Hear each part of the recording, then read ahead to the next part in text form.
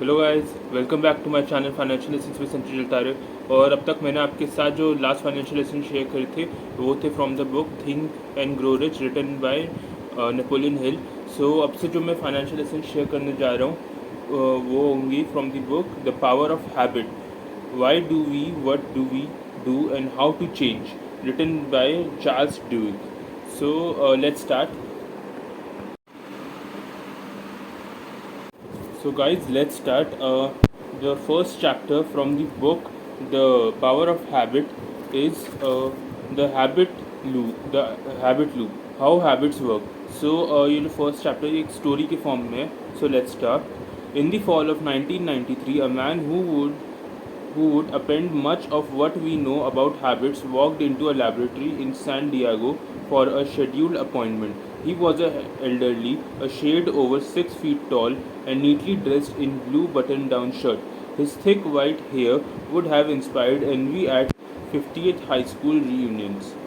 Arthritis caused him to limp slightly as he paced in the library's hallways, and he held his wife's hand, walking slowly as if unsure about what each new step would bring. About a year earlier, Eugene Polly, or EP, as he would come to be known in medical literature, had been at home in Pla de Day preparing for dinner when his wife mentioned that their son Michael was coming over. Who is Michael? Your child, his wife, Beverly. Beverly, you know, the one we raised. Eugene looked at her blankly. Who is that? He asked. The next day, Eugene started vomiting and writhing with stomach cramps.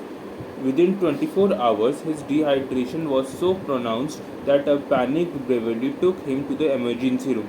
His temperature started rising, hitting 105 degrees as he sweated, a yellow halo of perspiration on the hospital sheets.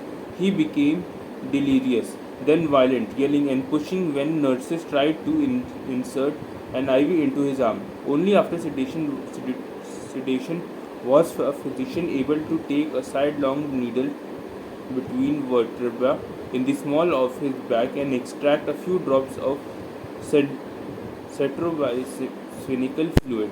The doctor performing the procedure sensed trouble immediately. The fluid surrounding the brain and spinal nerves is a barrier against infection and injury.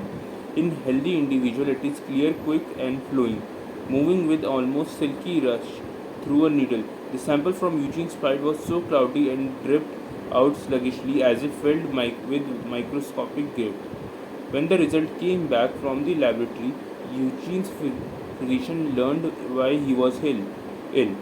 He was suffering from a viral encephalitis, a disease caused by a relatively harmless virus that produces cold sores, fever, blisters, and mild infections on the skin. In rare cases, however, the virus can make its way into the brain, infecting the catastrophic damage as it chews through the delicate folds of tissue where our thoughts, dreams, and according to some souls reside. Eugene doctors told Beverly that nothing they could do counter the damage already done, but a large dose of antiviral drugs might prevent it from spreading. Eugene slipped into a coma and for 10 days was close to death. Gradually, as the drug fought for 10 days, the disease, his fever receded, and the virus disappeared. When he finally woke, he was weak and disoriented and couldn't swallow properly. He couldn't form sentences and would sometimes gasp, as if he had momentarily forgotten how to breathe. But he was alive. Eventually, Eugene was well enough for a battery of tests. The doctors were amazed to find that his body, including his nervous system, appeared largely unscattered. He could move his limb and was responsive to noise and light. Scan of his head, though, revealed ominous shadow near the center of his brain. The virus has destroyed an oval of tissues close to where his cranium and spinal column met. He might not be the person you remember. Once doctor warned bravely, you need to be ready if your husband is gone. Eugene was moved to a different wing of the hospital. Within a week, he was swallowing easily. Another week, and he started talking normally, asking for jello and salt, flipping through television channels, and complaining about boring soap operas. By the time he was discharged to a rehabilitation center 5 weeks later, Eugene was walking down hallways and offering nurses unsolicited advice about their weekend plans. I don't think I have seen anyone come back like this. Doctor told Beverly, I don't want to raise your hopes, but this is amazing. Barely, however, remained concerned. In the rehab hospital, it became clear that the disease has changed her husband in an unsettling ways. Eugene couldn't remember which day of the week it was, for instance, or the name of his doctors and nurses, no matter how many times in introduction they introduced themselves. Why do they keep asking me all these questions? He asked weirdly one day, after a physician left his room. When he finally returned home, things got even stranger. Eugene didn't seem to remember their friends. He had trouble following conversation. Some morning he would get out of bed, walk into the kitchen, cook himself a bacon and egg, and, climb back under the covers and turn on the radio. 40 minutes later, he would do the same thing, get up, cook bacon and egg, climb back into the bed and fiddle with the radio. Then he would do it again. Alarmed, Beverly reached out to specialists, including a researcher all at the University of California, San Diego, who specialized in memory loss. Which is how, on a sunny fall day, Beverly and Eugene found themselves in a nondescript building on the university's campus, holding hands as they walked down slowly a hallway. They were shown into a small extra room. Eugene began chatting with a young woman who was using a computer. Having been into electronics over the years, I am amazed at all this, he said, gesturing at the machine she was typing.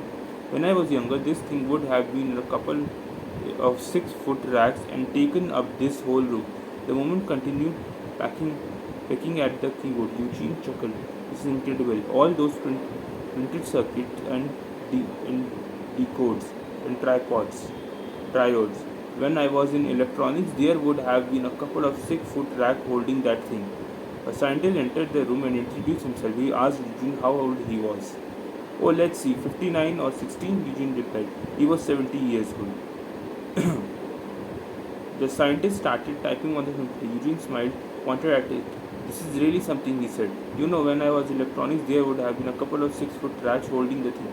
The scientist was 52-year-old Larry Square, a professor who had spent most of the 3 past decades studying the neurotomy of memory. His specialty was exploring how the brain stores events. His work with Eugene, however, would soon open up a new world to him and hundreds of other researchers who had reshaped our understanding of how habit functions.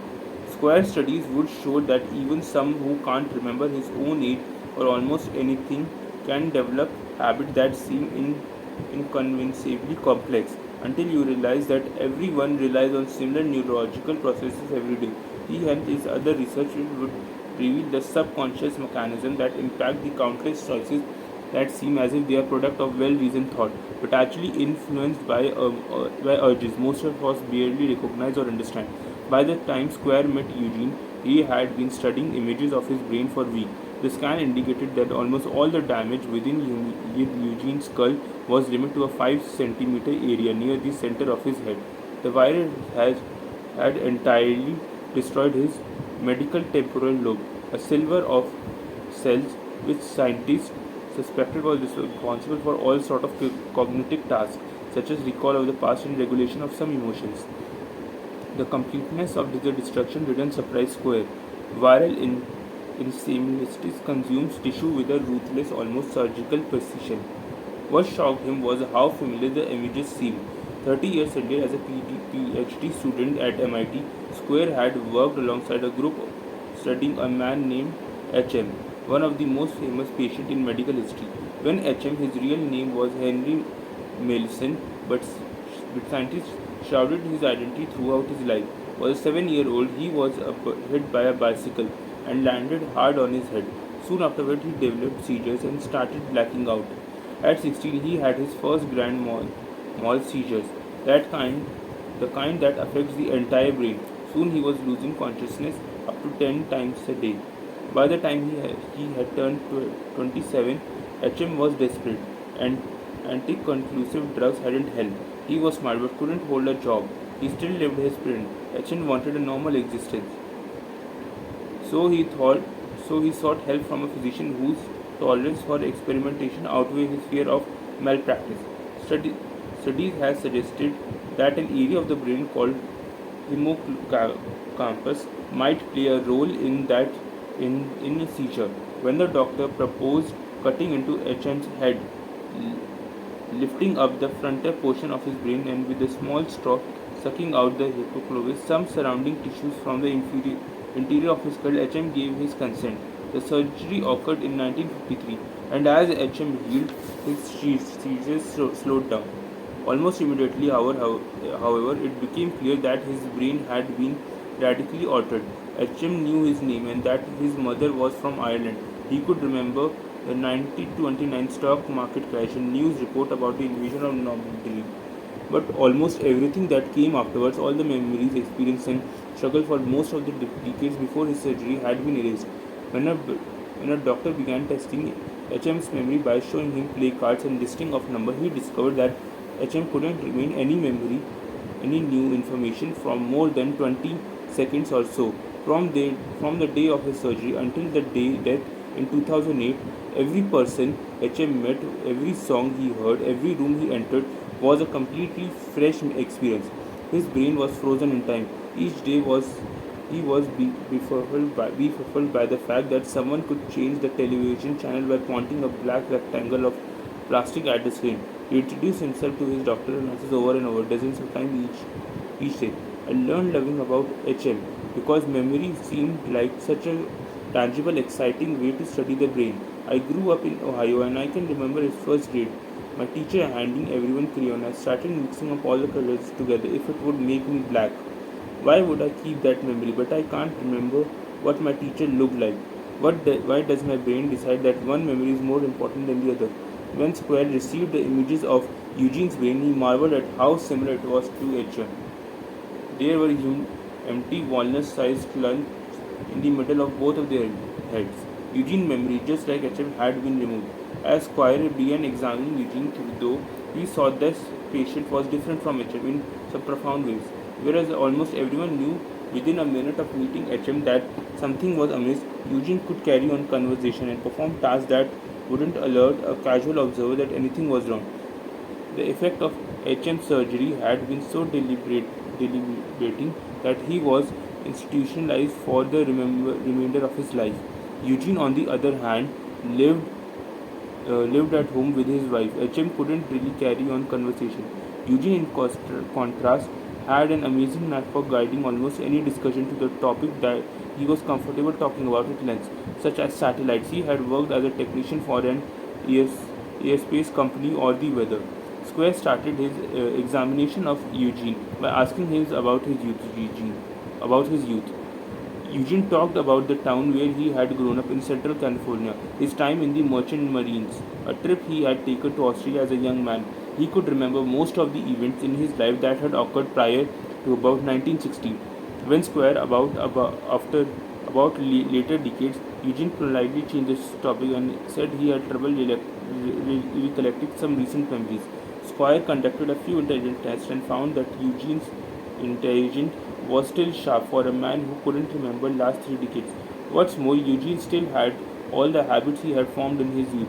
So whenever Squire gave him a cup of water or complimented him on a particular detailed answer, Eugene would thank him and offer a compliment in return. Whenever someone entered the room, Eugene would introduce himself and ask about the day. But when Square asked Eugene to memorize a string of numbers or describe the hallway outside the laboratory door, the doctor found his patient couldn't retain any new information for more than a minute or so. When someone showed Eugene photos of his grandchildren, he had no idea who they were. When Square asked if he remembered getting sick, Eugene said he had no recollection of his memories of his illness or the hospital stay. In fact, Eugene almost never recalled that he was suffering from amnesia. His mental image of himself didn't include memory loss. And since he couldn't remember the injury, he couldn't conceive of anything being wrong.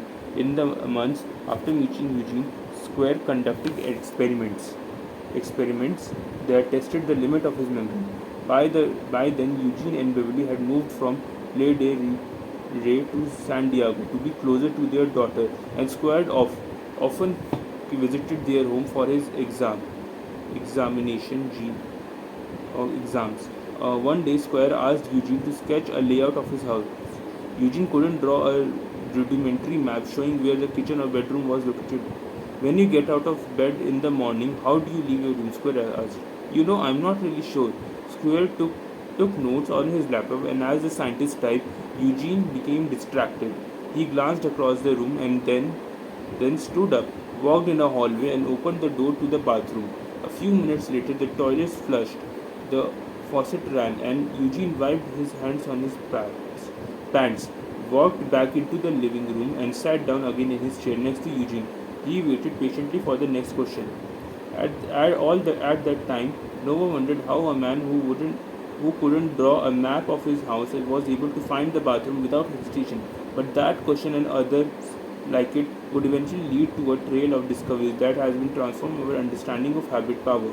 It would help a scientist revolution that time involves hundreds of researchers who are learning for the first time to understand all the habits that influence our lives. As Eugene sat at the table, he looks at the square skull laptop. That's amazing, he said yesterday to the computer. When I was electronics, there would have been a couple of 6 foot rats holding that thing. In the few first weeks after they moved into their new house, Beverly tried to talk to Eugene outside each day. The doctor had told her that it was important for him to get exercise, and if Eugene was inside too long, he drove Beverly crazy, asking her the same questions and over in an endless loop. So each morning and afternoon, she took him on a walk around the blocks, always together and always along the same route. The doctor had warned Beverly that she would need to monitor Eugene constantly. If he ever get lost, they said he would never be able to find his way home. But one morning, while she was getting dressed, Eugene slipped out the front door. He had a tendency to wander from room to room, so it took her a while to notice he was gone. When she did, she became frantic. She ran outside, scanned the street. She couldn't see him. She went to the neighbor's house, scanned and pounded on the windows. Their home looked similar. Maybe Eugene had made a confusion gone and said. She ran to the door and rang the bell until someone answered. Eugene wasn't there. She sprinted back to the street, running up the block, screaming Eugene's name. She was saying, what if he was he wanted he had wandered into traffic? How would he tell anyone where he lived? She had been outside for 15 minutes already, looking everywhere. She ran home to call the police. When she burst through the door, she found Eugene in the living room, sitting in front of the television, watching the History Channel. Her tears confused him. He didn't remember leaving, he said. Didn't know where he had been, couldn't understand why she was upset. Then Beverly saw a pile of pine cones on the table, like the one she saw in the neighborhood's yard down the street. She came closer and looked at Eugene's hand. His fingers were sticking with a sap. That's when she realized that Eugene had gone for a walk by himself. He had wandered down the street and collected souvenirs, and he had found his way home. Soon Eugene was going for walks every day, every morning. Beverly tried to stop him, but it was pointless. Even if I told him to stay inside, he wouldn't remember a few minutes later. She told me. I followed him a few times to make sure he wouldn't get lost, but he always comes back. Sometimes he would return with pine cones or rocks. Once he comes back with a wallet, another time with a puppy. He never remembered where they come from. When Square and his assistant heard about these walks, they started to suspect that something was happening inside Eugene's head. It didn't have anything to do with his conscious memory. They designed an experiment. One of Square's assistants visited the house one day and asked Eugene to draw a map of the block where her house, draw a map where he lived. He couldn't do it. How about where his house was located on the street? And she asked. He doodled a bit, then forgot the assignment. She asked him to point out which doorway led to the kitchen. Eugene looked around the room. He didn't know. He said. She asked Eugene what he would do if he was hungry. He stood up, walked into the kitchen, opened the cabinet, took down a jar of nuts into the kitchen. Later that week, a visitor joined Eugene on his daily stroll. They walked for about 15 minutes through the spiritual spring of Southern California. The scent of old leaves heavy in the air. Eugene didn't say much, but he always led the way and seemed to know where he was going. He never asked for direction. As they rounded the corner near his house, the visitor asked Eugene where he lived. I don't know exactly, he said. Then he walked up the sidewalk, opened his front door, went into the living room and turned on the television. For clear to square that Eugene was absorbing new information. But what was inside his brain was the information residing. How could someone find a jar of nuts where he couldn't say where the kitchen was located? Or find his way home when he had no idea which house he was? How? Square wondered where his new patterns forming inside Eugene's damaged brain. Within the building that housed the Brain and Cognitive Science Department of the Massachusetts Institute of Technology are laboratories that contains what to casual observer look like dollhouses, version of surgical theaters.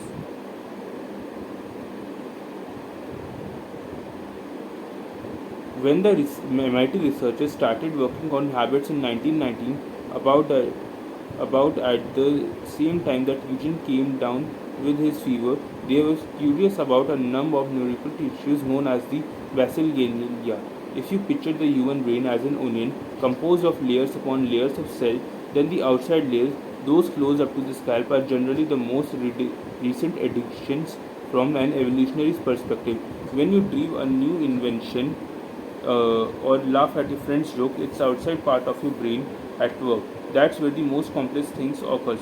Deeper inside the brain and closer to the brain stem, where the brain meets the spinal column, are older, more primitive structures. They control our automatic behavior, such as breathing and swallowing, or the startled response we feel when someone leaps out from behind a bush. Toward the center of the skull is gold ball-sized lump of tissue that is similar to what you find inside the head of a fish, reptile, or mammal. This is the basic ganglia, an oval of cell at that. For years, scientists didn't understand very well, except for suspicions that its role in diseases such as Parkinson's. In the early 1990s, the MIT research began wondering if the basal ganglia it might have be integral to habits as well. Then they noticed that animal with injured basal ganglia suddenly developed problems with tasks such as learning how to run through mazes or remember being how to open food containers. तो इसी तरह की first chapter में बहुत सारी stories हैं जिसमें मतलब ब्रेन के बारे में बताया गया है कि कभी कभी होता है स्टोरीज़ में ये बताया गया है कि आपके पास किसी चीज़ की करने की मतलब आप कुछ मतलब इसमें जो आदमी था ये इसको एमनीशिया रखा था, ये मतलब सोच नहीं पा सकता था, ये अपनी मतलब मेमोरीज बहुत जल्दी भूल जाता था, लेकिन ये डेली कुछ हैबिट करता था, मतलब इधर से उधर वॉक करना जाता था अपनी वाइफ के साथ, तो धीरे धीरे इसकी बॉडी और इसके ब्रेन के डीपर पार्ट में वो हैबिट जब उसको भूख लगे तो वो उसको भले ही पता नहीं था किचन कहाँ पे है, लेकिन उसको वो भूख लगने पे उसकी बॉडी ऑटोमेटिकली मूव करके उसको सिग्नल्स दे के किचन तक पहुँचा देती, जहाँ से वो लंच ले सकता था खाने का सामान. तो यही इसमें समझाने की कोशिश कर रहे हैं कि भले ही आपकी अगर अच्छी हैबिट्स रखोगे तो फिर यू विल इम्प्रूव, भले ही आप एमनीजिया से सफ़र कर रहे हो. यही इसमें समझाने की कोशिश. If you like this lesson please like and subscribe. Thank you.